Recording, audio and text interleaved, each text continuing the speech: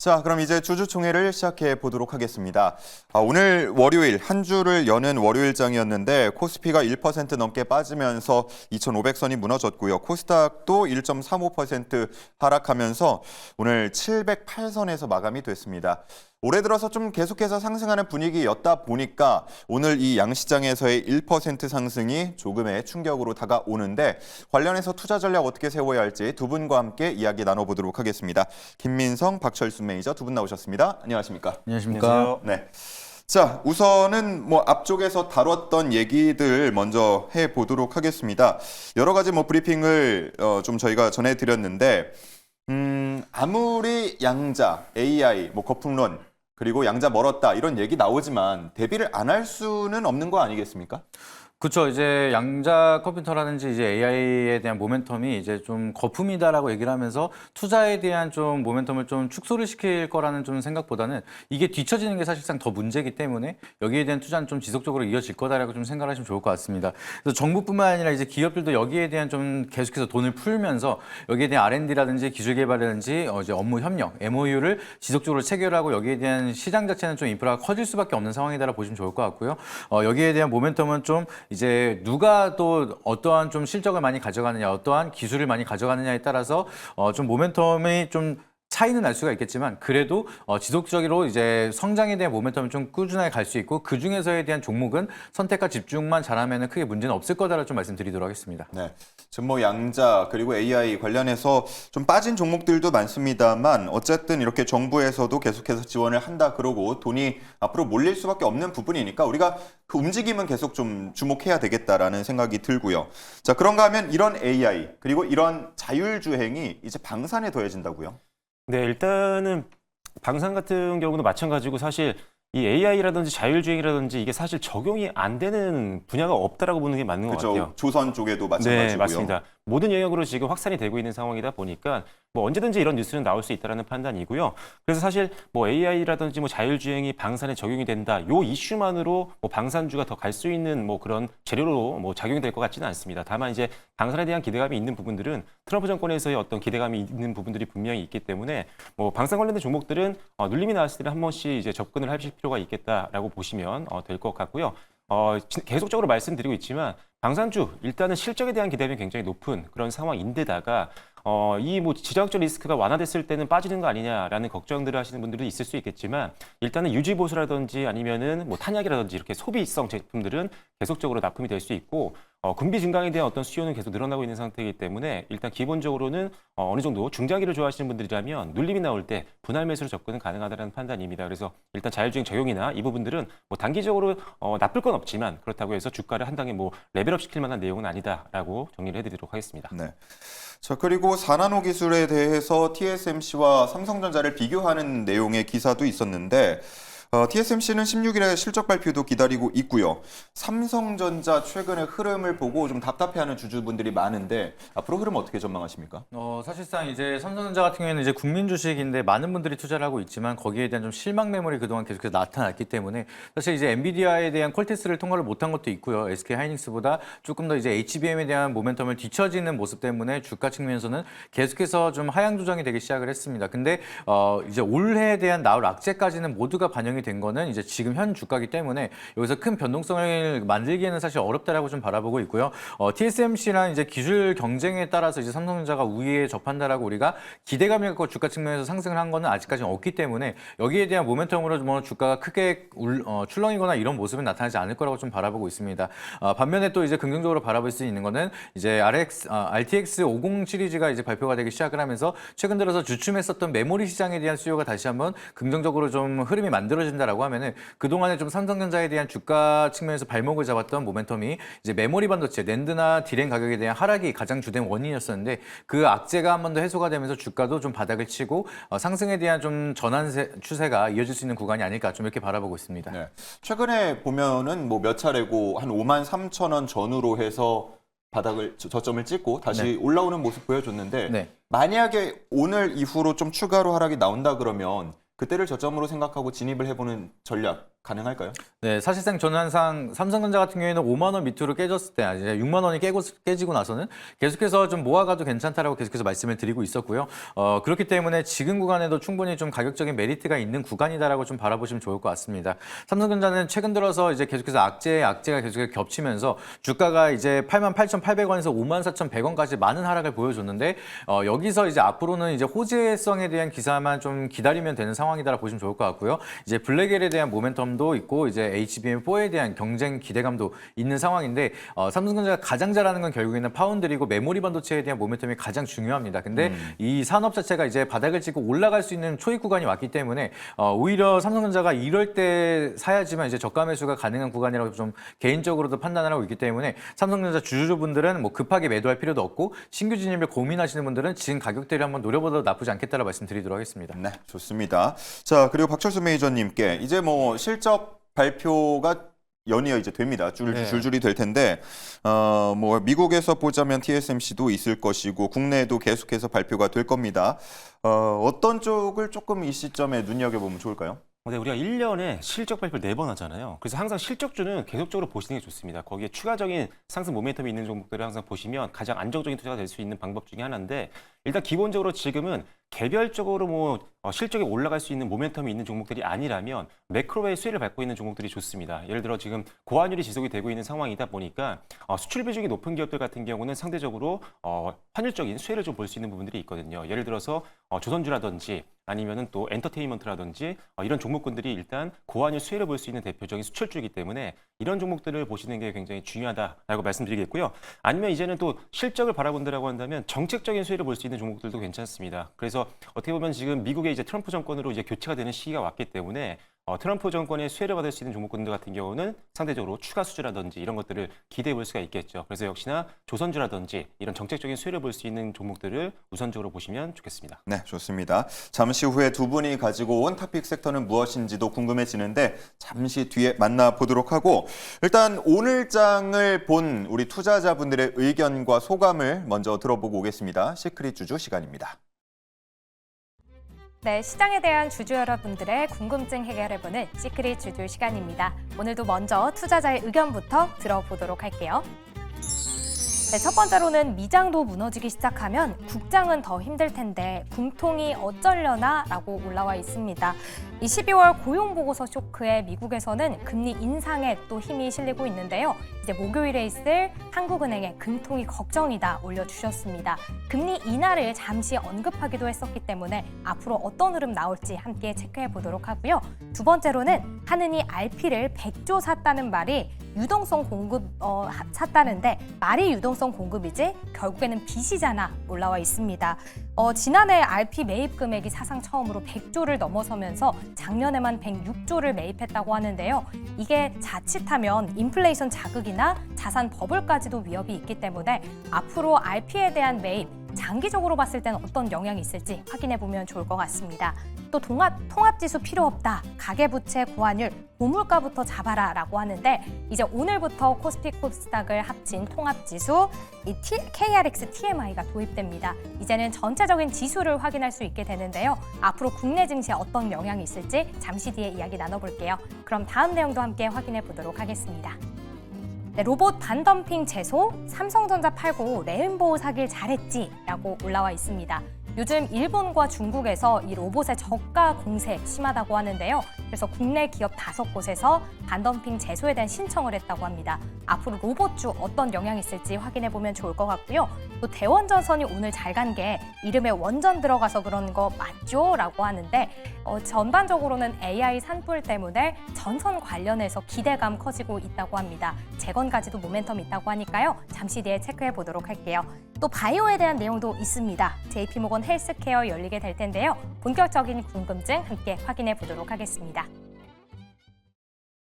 사실 저는 이번 주를 보고 뭔가 JP모건 헬스케어 컨퍼런스가 가장 많은 주목을 받지 않을까라는 생각을 하기도 했는데 그게 아닐 것 같습니다. 지난주 금요일에 미국의 고용지표가 발표된 이후에 확실히 기준금리 인하 기대감이 많이 후퇴했다 싶고 이번 주에 발표될 미국의 경제 지표들 주목도가 상당히 높아졌고요. 그에 따라서 또 한국은행 금통위가 금리를 인하할 것이냐 동결할 것이냐 이 부분에 많은 주목이 되고 있는 상황인데 일단 인하할 것 같다 동결할 것 같다 한마디씩만 들어볼게요.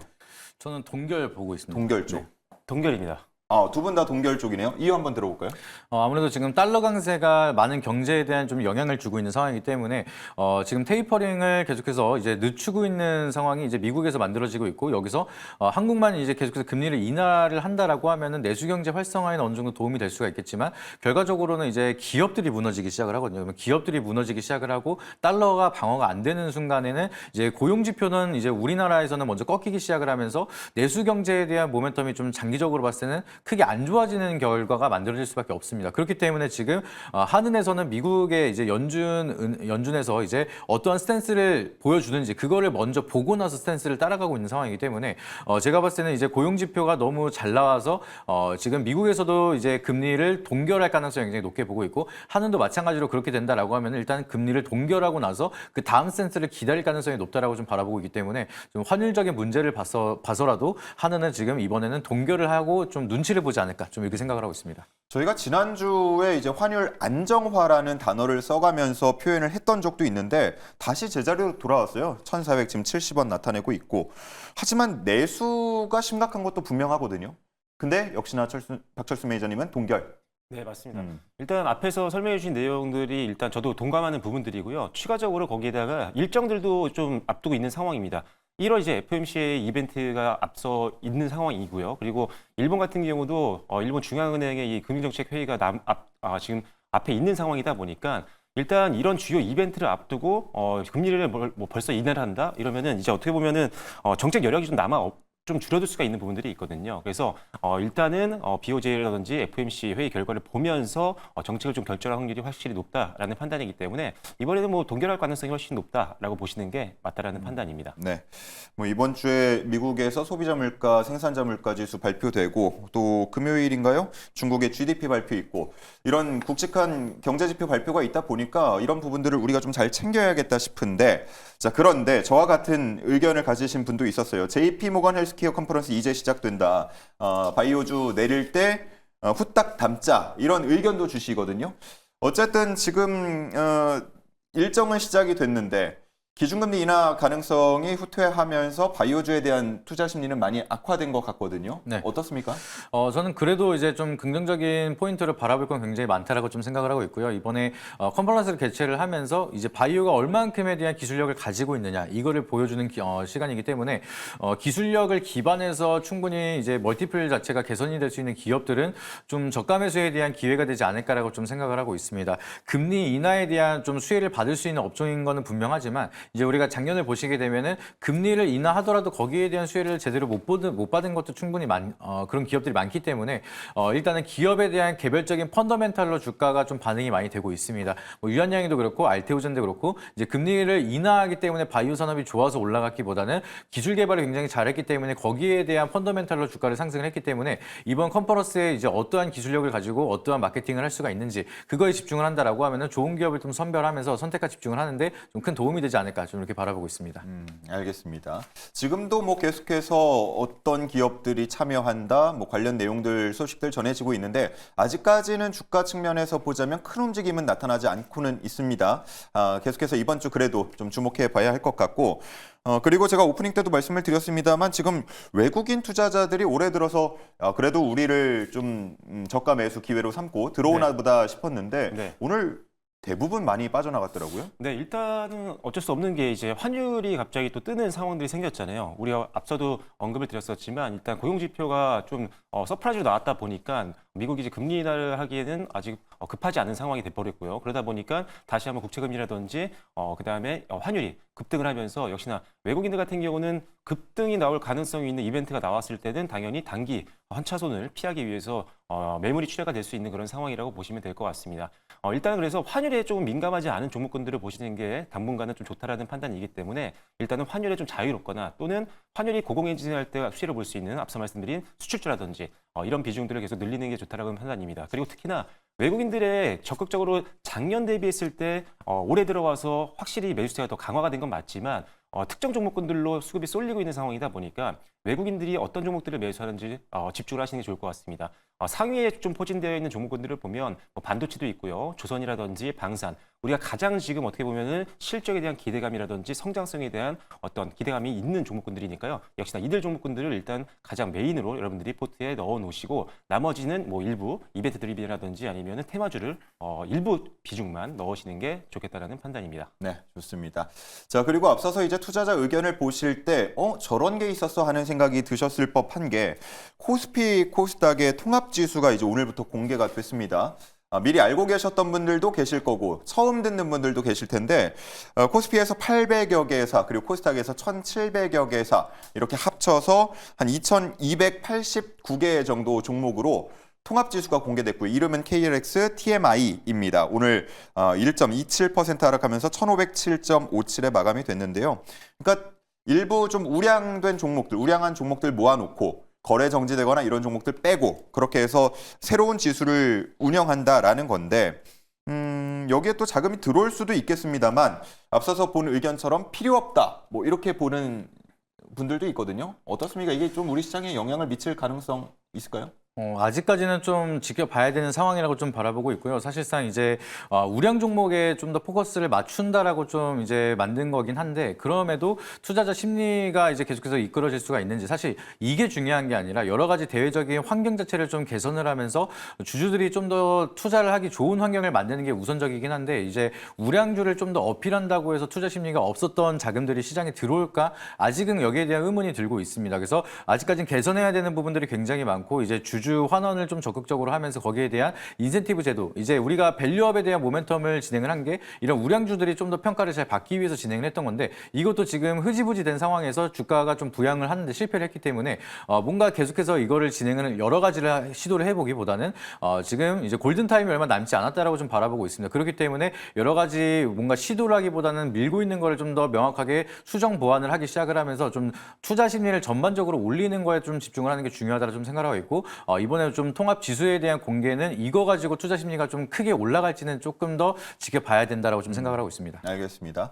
마지막으로요. 워낙 이렇게 좀 대내외 환경이 녹록지 않다 보니까 오르는 종목들 찾기가 쉽지 않아서 오늘 뭐가 오르나 봤더니 좀 안타깝지만 LA에서 난 산불 지금 많은 재산 피해, 인명 피해가 발생하고 있는데 관련해서 어쨌든 종목에서의 누가 오를 것이냐를 찾는 게 또 투자자들이 주목하고 있는 부분인 것 같아요. 네, 오늘 시장에서 가장 강하게 올랐던 섹터나 테마를 보자면은 전력 설비, 전력 기기 이쪽 분야였거든요. 일단은 LA에서 이 역대급의 이 화재는 굉장히 안타까운 상황인데 오히려 여기에서 실질적으로 조금 수출이 늘어날 수 있는 가능성은 넓어지는 게 사실이다 보니까 일단은 전력 설비라든지 전력 기기 쪽이 오늘은 시장 대비 상당히 강한 모습들을 보였습니다. 일단은 이 LA 관련된 화재 이슈가 없었더라도 사실 이 전력 기기 쪽에 대한 기대감은 굉장히 높은 그런 상황이었는데요. 일단 기본적으로 미국 시장에 대한 기대감이 굉장히 높습니다. 전 세계적으로 AI가 확산이 되면서 데이터 센터의 수요가 늘어나고 있는 상태고요. 적극적으로 투자를 하고 있다 보니까 이 엄청나게 전력을 소모하고 있는 데이터 센터가 늘어나다 보니까 전력에 대한 수요도 늘고 있고요. 그래서 전력, 인프라를 계속적으로 우리가 확대를 해나가야 되는 상황입니다. 그러다 보니까 여기에 들어가는 전선이라든지 핵심 부품인 변압기라든지 이런 것들의 매출이 계속적으로 늘어나고 있다고 보시면 될 것 같고요. 특히나 미국 같은 경우는 변압기 같은 거가 거의 뭐 70% 이상이 25년이 넘었습니다. 그래서 노후된 이런 변압기들이 굉장히 많기 때문에 여기서에 대한 수요도 나올 수가 있다는 거죠. 그래서 기본적으로 AI 확산과 그다음에 추가적으로 이 노후화된 인프라, 전력 인프라 교체 수요 때문에 우리나라에 있는 이 변압기라든지 전선 관련된 종목들은 실적이 작년에도 급증을 했지만 올해도 굉장히 좋은 흐름이 나올 수 있는 가능성이 있기 때문에 계속적으로 관심이 좀 필요하다고 보시면 될 것 같습니다. 다만 해외 매출이 나오고 있는지에 대한 여부는 반드시 체크를 하시고 접근을 고려하셔야 된다라는 점 말씀드리겠습니다. 네, 좋습니다. 자, 이렇게 오늘장을 바라본 투자자들의 의견을 저희가 종합해서 그에 대한 답변을 좀 나눠봤습니다. 이제는 두 분이 가지고 온 탑픽 섹터와 종목을 함께 알아보도록 할 텐데 과연 어떤 섹터를 주목하셨을지 한번 하단 자막을 통해서 만나보도록 하겠습니다. 공개해 주시죠. 자, 시간 관계상 이 탑픽 섹터를 고른 이유와 탑픽 종목을 함께 좀 말씀을 해주시면 좋을 것 같은데 섹터에 대한 설명보다는 종목에 대한 설명 많이 해주시면 좋을 것 같네요. 일단 김민석 매니저님이 주목한 건 메모리 반도체 쪽입니다. 네, 뭐 국내 증시에서 작년에 가장 좀 조정을 받았던 거는 메모리 반도체라고 좀 생각을 하고 있고요. 여기에 대한 주가나 업황 자체적으로 좀 바닥을 찍고 이제 턴 어라운드를 할 수 있는 기대감이 만들어지고 있기 때문에 좀 더 우리가 주목할 필요가 있다라고 좀 생각을 하면 좋을 것 같습니다. 그래서 차트를 한번 보여주시게 되면은 이제 전반적으로 메모리 반도체 산업 기업에 포함되어 있는 기업들은 대부분 이렇게 우하향으로 많은 조정을 받고 있었는데 최근 들어서 RTX 관련된 모멘텀을 통해서 이제 메모리 반도체에 대한 수요가 다시 한번 늘어난다라고 하면은 그동안에 쌓여 있었던 재고 자산에 대한 가격이 다시 한번 더 올라가게 된다라고 하면은 이제 바닥을 찍고 업황도 그렇고 주가도 측면에서 반등이 나올 수 있는 그런 사이클이 만들어질 수가 있기 때문에 우리는 좀 지속적으로 관심을 갖고 지켜봐야 되는 구간이 와서 여기에 대한 모멘텀을 우리가 좀 주목할 필요가 있다라고 보시면 좋을 것 같습니다. 탑픽 종목은 뭡니까? 네, 그래서 제 탑픽 종목은 해성 DS 종목을 이제 말씀드리려고 하는데요. 뭐 가격 조절까지 바로 말씀을 드리나요? 아니요, 소개를 좀 해주시죠. 네, 해성 DS 같은 경우에는 우리가 이제 잘 알고 있는 리드 프레임의 사업을 진행을 하고 있는 기업인데 리드 프레임이라고 하면은 우리가 이제 반도체가 들어가면은 금속으로 이제 전력을 통과될 수 있게끔 진행을 하는 그런 부품을 진행을 하고 있습니다. 그래서 메모리 반도체가 수요가 늘어나면 늘어날수록 결과적으로는 해성 DS가 운영하고 있는 리드 프레임에 대한 수요는 계속해서 늘어날 수밖에 없는 상황이기 때문에 앞으로 메모리 반도체가 바닥을 찍고 나서 수요가 늘어난다라고 하면은 해성 DS에 대한 실적 수요는 계속해서 늘어날 수밖에 없는 상황이다라고 기억을 하시면 좋을 것 같습니다.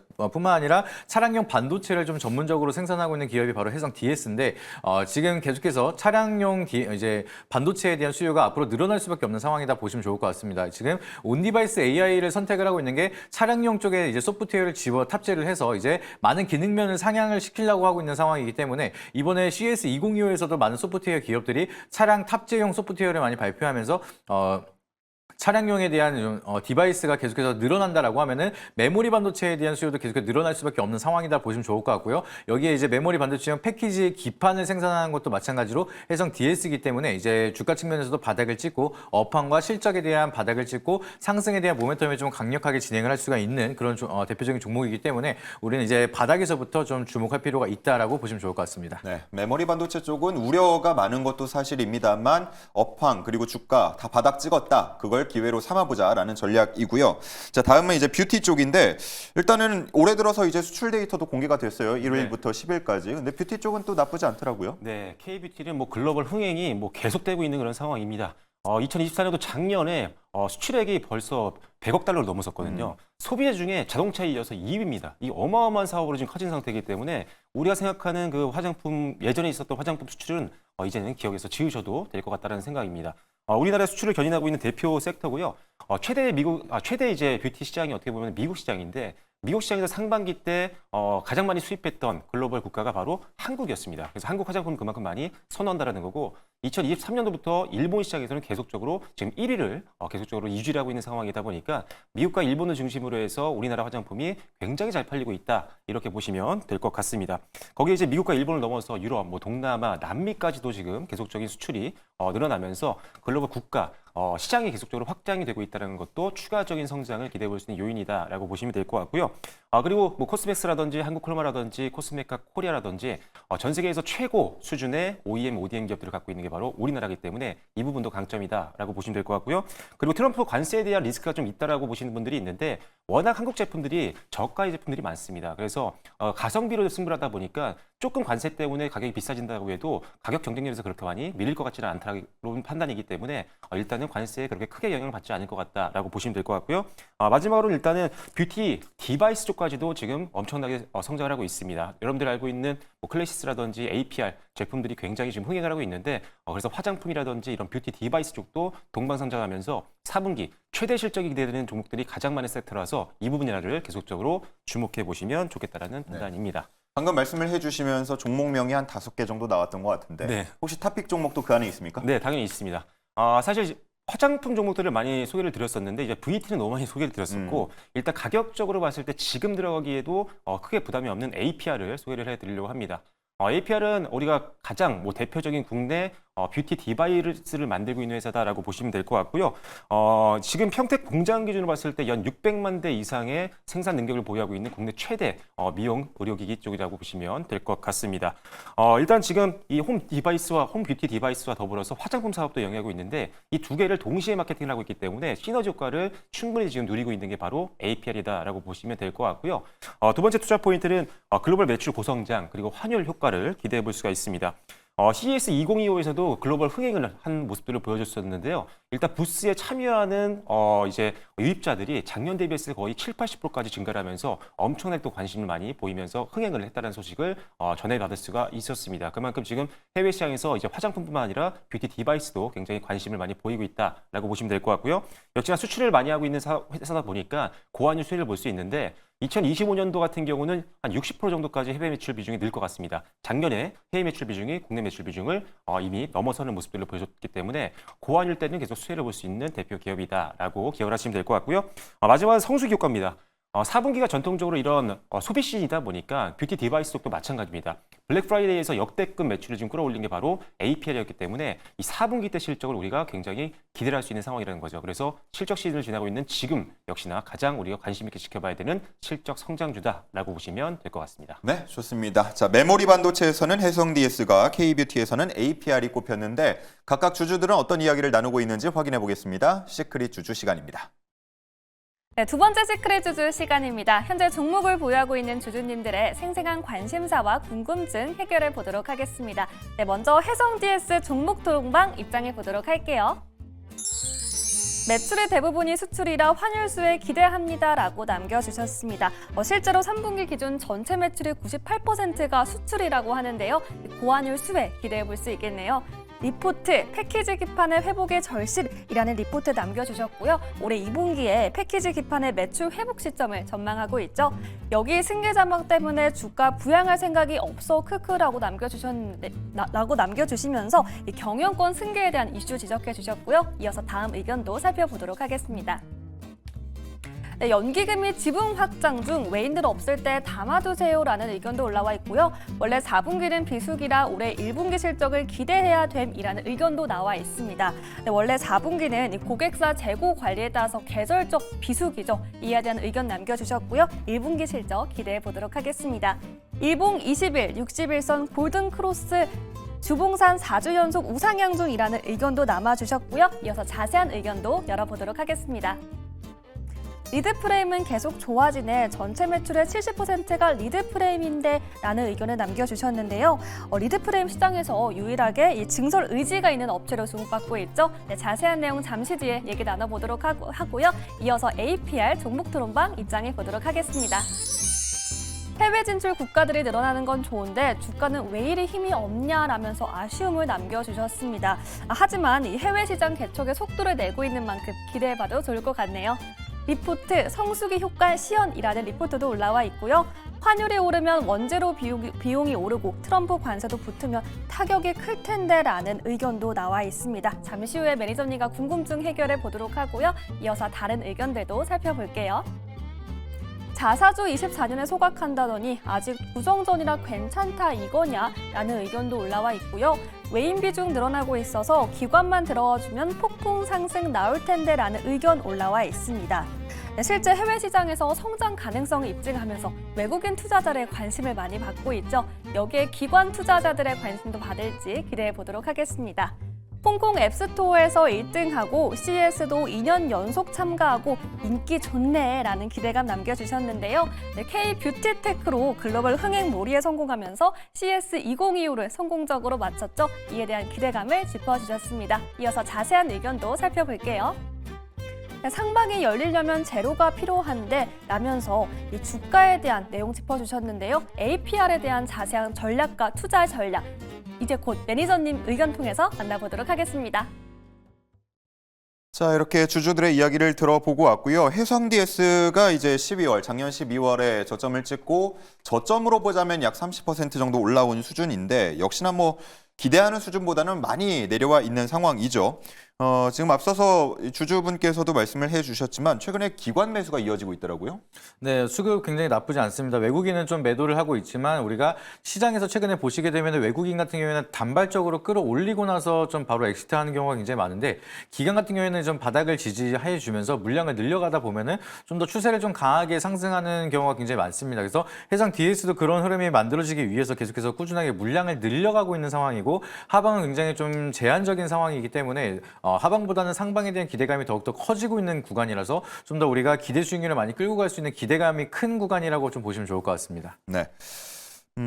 앞서서 이제 그 리드 프레임 시장의 경쟁력에 대해서 물어보신 분도 계신데요. 네, 지금 해상 DS 같은 경우에는 이제 리드 프레임에 대한 매출을 대부분 이제 포커싱을 맞췄는 상황인데요.